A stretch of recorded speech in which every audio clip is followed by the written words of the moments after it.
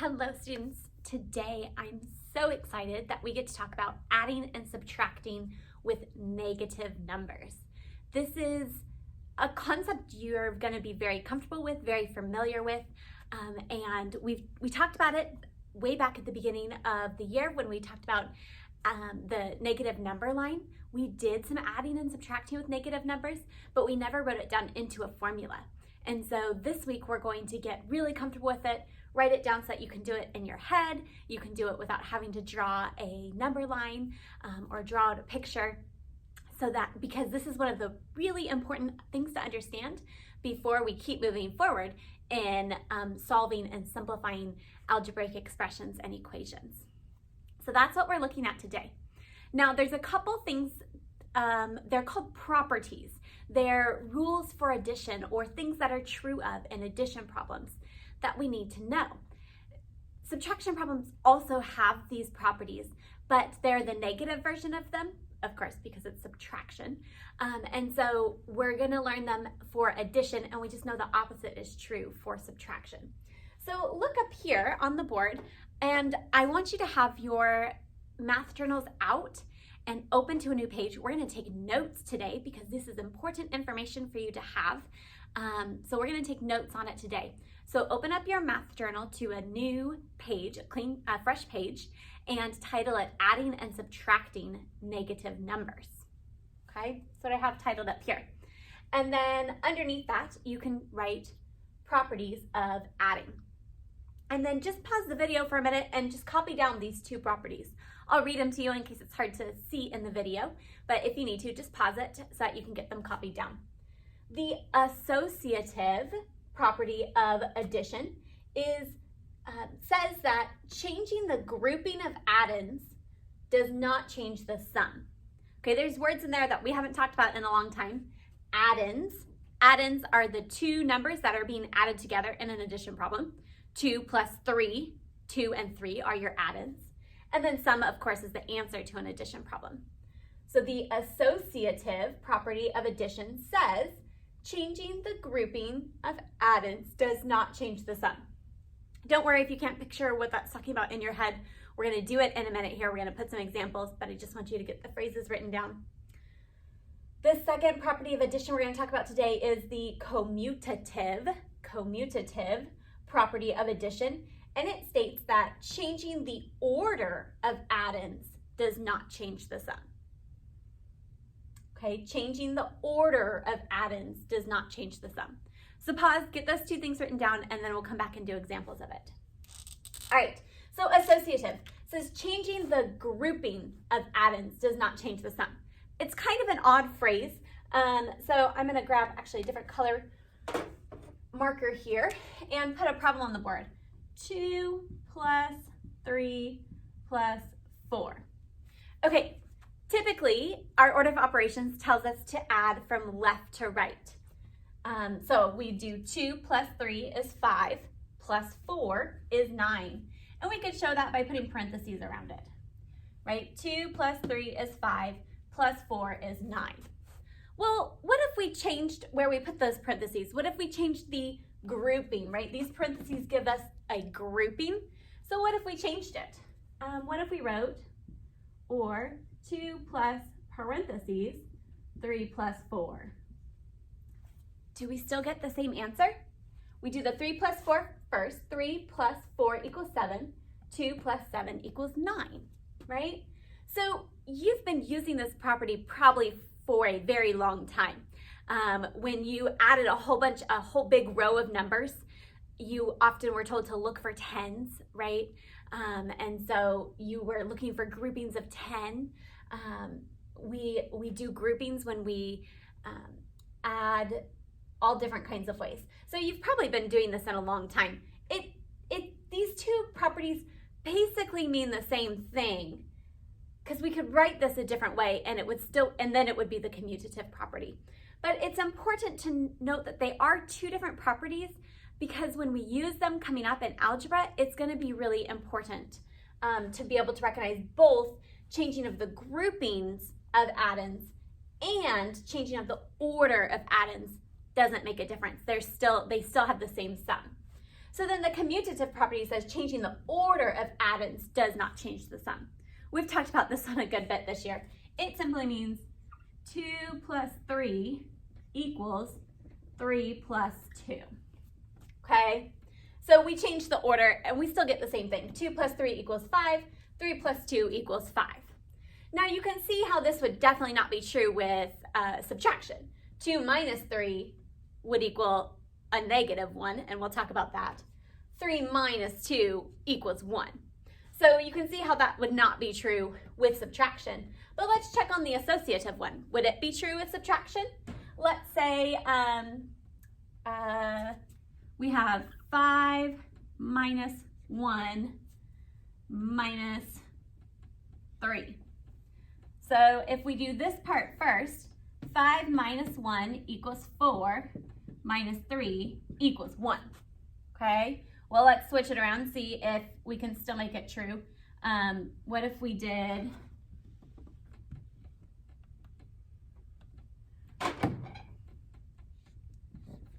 this? 1 minus 3, well, that equals -2. 5 minus -2, this is what we're talking about this week, but that actually equals 7 wholes, +7. Okay, weird, that's okay, we're gonna talk about that. But you see how we get two really different answers with subtraction depending on which grouping we leave them in. So the associative property of addition and the commutative property of addition are only true with addition in terms of addition and subtraction. Okay, so these are two definitions that you need to memorize. You need to know if I ask you on a test or on a quiz, what is the associative property of addition? You would be able to write out word for word, changing the grouping of addends does not change the sum. Or if I asked you what the commutative property of addition is, you would be able to write, changing the order of addends does not change the sum. Okay, so make sure you're practicing those, you're memorizing those. You'll have some opportunities to write them out this week. But those are a couple of things that we need to just establish and remember and give a title to before we can move forward in adding and subtracting negative numbers, actually. All right. So make sure you have those notes written down along with their examples. If you didn't get the examples written down, go ahead and go back and do that now. All right. The next thing we need to talk about is negative numbers again. We just need to remember what they are. So we have 2. If I write the number 2 here, and then I put a negative sign in front of this. There's several different ways we can read this that we talked about at the beginning of the year. We can obviously say -2, right? We can also say the opposite of 2. Remember that negative sign just means the opposite of whatever follows it, right? So we could say -2. We could say the opposite of 2. And there's really one more way we could say this, and it would be 2 below 0. So you have 3 different ways we can say this. We can say -2, the opposite of 2, and 2 below 0. And these are helpful to remember, especially this one right here, that we can say the opposite of 2. Because what if I wrote this?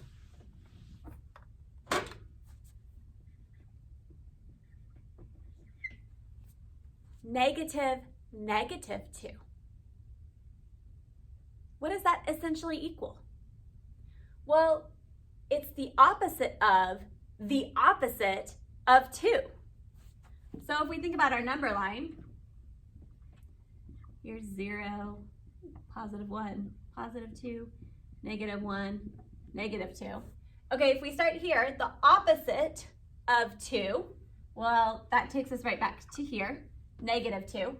But then we put another opposite in front of it, takes us full circle, right back to 2, right? So -2, or the opposite of 2, essentially equals 2. Why wouldn't we just write 2? It depends on the circumstance. There's different times when we would want to be able to say the opposite of 2. And so keep those things in mind. If we have 2 negatives next to each other, they cancel each other out and become a positive. You can think about it. This one goes over and makes a little positive. But in that line of thinking, what if we have a negative, negative, negative 2? Well, we have the opposite of the 2, the opposite of that, right back to the opposite of 2, right? So if we have 3, we actually have a negative 2, okay? So keep that in mind as well, that when we see negative 2, we also can think the opposite of 2, because that's helpful for us to remember. All right. Now, let's review our number line with negative numbers first. And I want you to go ahead and draw this number line. If you want to turn to a whole new piece of paper and turn your book horizontally so you can draw long ways across the page, that might be helpful to you because we're going to use this number line for a little while now. So, put 0 in the middle.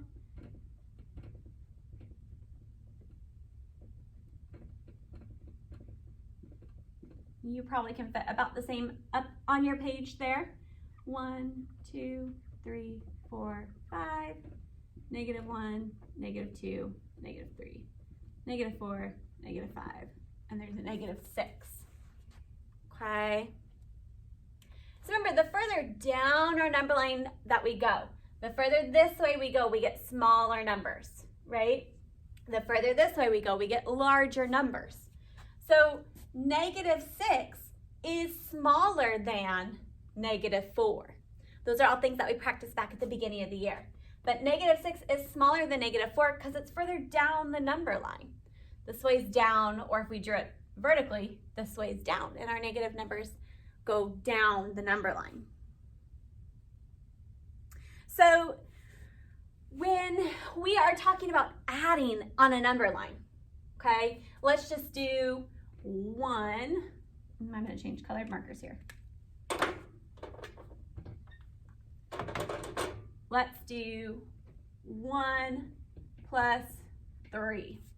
So if we were to show 1 plus 3 on our number line, we'd start here at 1 and add 3 to it. 1, 2, 3. And if we add 3 to it, we get 4. 1 plus 3 equals 4. 1 plus 1, 2, 3 equals 4.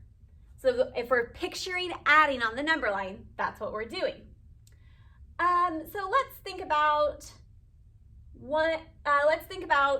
now 2 minus 5.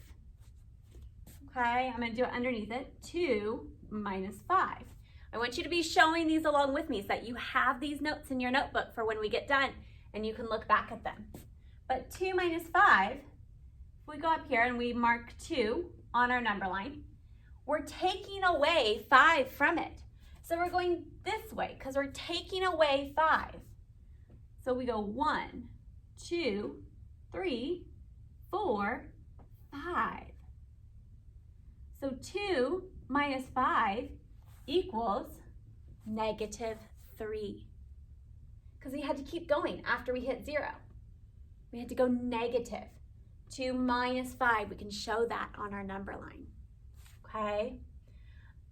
Let's look at another one. Let's do -2 plus 4.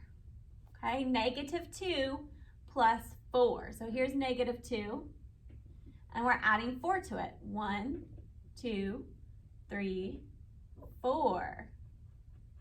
-2, we've added 4, gets us to +2. -2 plus 4 equals 2.